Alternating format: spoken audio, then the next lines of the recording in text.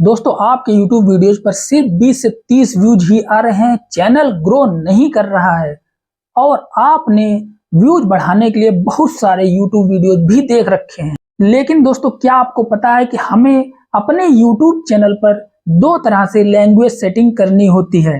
पहली channel translation language setting और दूसरी वीडियो लैंग्वेज सेटिंग। अगर नहीं पता है तो सिर्फ 2 मिनट ये वीडियो देख लीजिए।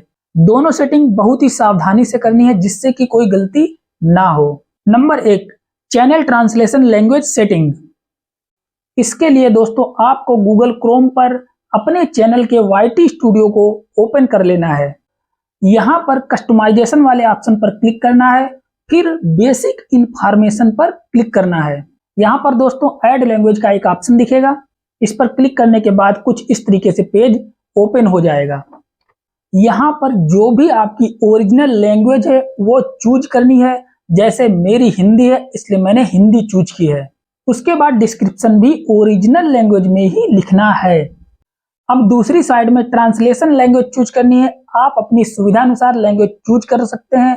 मैंने यहाँ पर इंग्लिश चूज की है और फिर जो लैंग्वेज आपने चूज की है उसी लैंग्वेज में डिस्क्रिप्शन नीचे लिखनी है और अपने चैनल का नाम ऊपर लिखना ना भूलें और बस अब इसको सेव कर दें।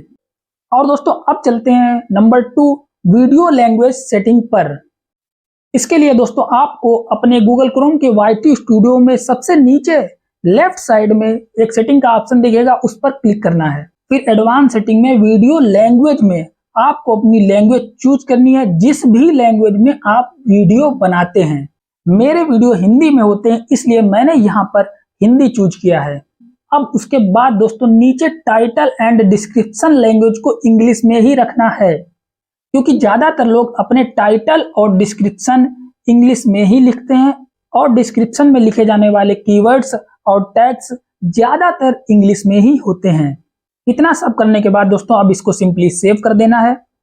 और दोस्तों अगर वीडियो इन्फॉर्मेशन अच्छी लगी तो प्लीज इसको लाइक, शेयर और कमेंट करना ना भूलें और चैनल पर नए हैं तो प्लीज चैनल को सब्सक्राइब कर दें।